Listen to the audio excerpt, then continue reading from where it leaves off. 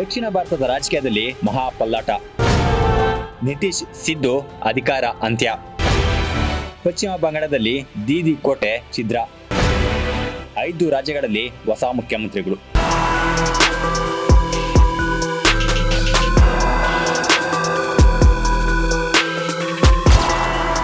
ಕೇವಲ 45 ದಿನಗಳು, ಬರೋಬ್ಬರಿ 5 ರಾಜ್ಯಗಳ ಮುಖ್ಯಮಂತ್ರಿಗಳು ಬದಲು. ಪಶ್ಚಿಮ ಬಂಗಾಳದಲ್ಲಿ ಮಮತಾ ದೀದಿ ಕೋಟೆ ಪತನ. ಬಿಹಾರದಲ್ಲಿ ನಿತೀಶ್ ಕುಮಾರ್ ಯುಗಾಂತ್ಯ. ತಮಿಳುನಾಡಿನಲ್ಲಿ ದಳಪತಿ ವಿಜಯ್ಗೆ ಒಲಿದ ಸಿಎಂ ಪಟ್ಟ.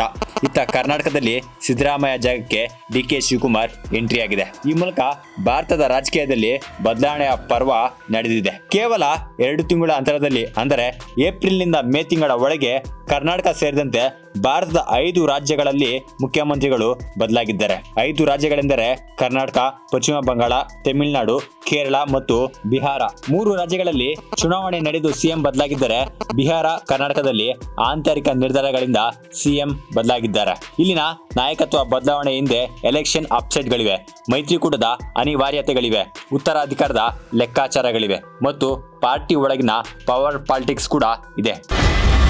ಬಿಹಾರದಲ್ಲಿ ನಿತೀಶ್ ಕುಮಾರ್ ಯುಗದ ಅಂತ್ಯ.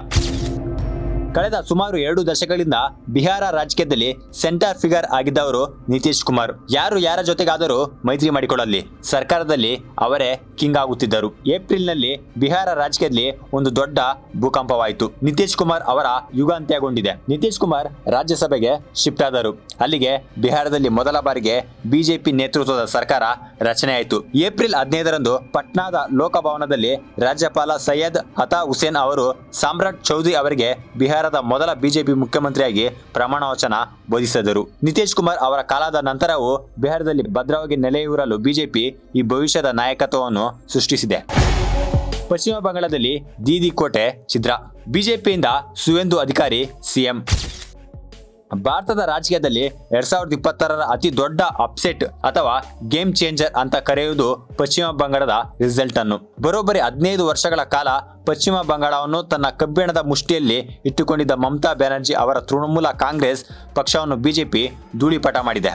ಆ ಮೂಲಕ ಪೂರ್ವ ಭಾರತದಲ್ಲಿ ಮೊದಲ ಬಾರಿಗೆ ಬಿಜೆಪಿ ತನ್ನ ಸರ್ಕಾರವನ್ನು ರಚಿಸಿದೆ. ಮೇ 9ರಂದು ಬೆಳಿಗ್ಗೆ 11 ಗಂಟೆಗೆ ಕೋಲ್ಕತ್ತಾದ ಬ್ರಿಗೇಡ್ ಪೆರೇಡ್ ಗ್ರೌಂಡ್ಸ್ನಲ್ಲಿ ಸುವೇಂದು ಅಧಿಕಾರಿ ಪಶ್ಚಿಮ ಬಂಗಾಳದ ಮೊದಲ ಬಿಜೆಪಿ ಸಿಎಂ ಆಗಿ ಪ್ರಮಾಣ ವಚನ ಸ್ವೀಕರಿಸಿದರು.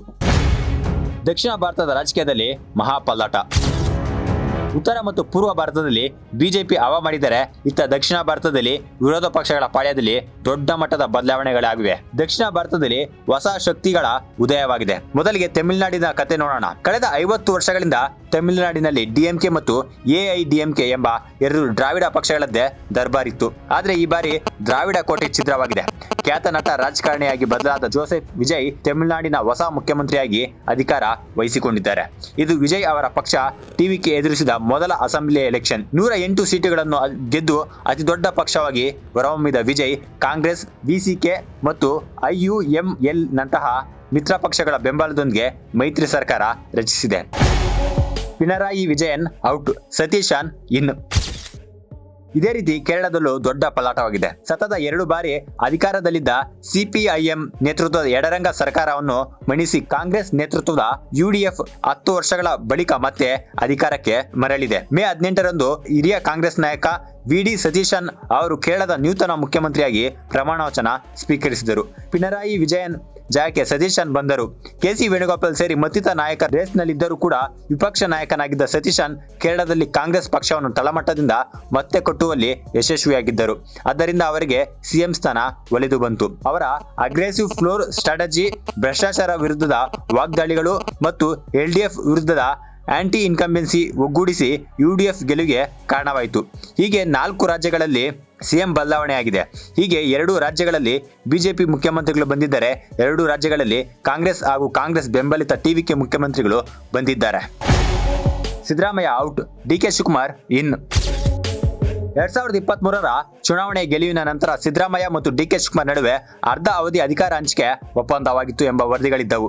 ಅದರಂತೆ ಸರ್ಕಾರ ತನ್ನ 3 ವರ್ಷ ಅವಧಿ ಪೂರೈಸಿದ ಬಳಿಕ ಹೈಕಮಾಂಡ್ ಸೂಚನೆ ಮೇರೆಗೆ ಮೇ 28ರಂದು ಸಿದ್ದರಾಮಯ್ಯನವರು ಸಿಎಂ ಸ್ಥಾನಕ್ಕೆ ರಾಜೀನಾಮೆ ನೀಡಿದ್ದು, ಉಪಮುಖ್ಯಮಂತ್ರಿ ಡಿಕೆ ಶಿವಕುಮಾರ್ ಅವರು ಕರ್ನಾಟಕದ ಹೊಸ ಮುಖ್ಯಮಂತ್ರಿಯಾಗಿ ಪ್ರಮಾಣ ವಚನ ಸ್ವೀಕರಿಸುವ ನಿರೀಕ್ಷೆ ದಟ್ಟವಾಗಿದೆ. ಪಕ್ಷದೊಳಗಿನ ಭಿನ್ನಮತವನ್ನು ಶಮನ ಮಾಡಲು ಕಾಂಗ್ರೆಸ್ ಈ ನಾಯಕತ್ವ ಬದಲಾವಣೆ ಮಾಡಿದೆ. ಅದಲ್ಲದೆ ಇನ್ನು 2 ವರ್ಷಗಳಲ್ಲಿ ಬರುವ ವಿಧಾನಸಭಾ ಚುನಾವಣೆಯನ್ನು ಎದುರಿಸಲು ಕಾಂಗ್ರೆಸ್ ನಾಯಕತ್ವ ಬದಲಾವಣೆಯ ಮೊರೆ ಹೋಗಿದೆ. ಈ ಮೂಲಕ ಕರ್ನಾಟಕದ ಪವರ್ ರೀಸೆಟ್ ಅನ್ನು ಮಾಡಿದೆ.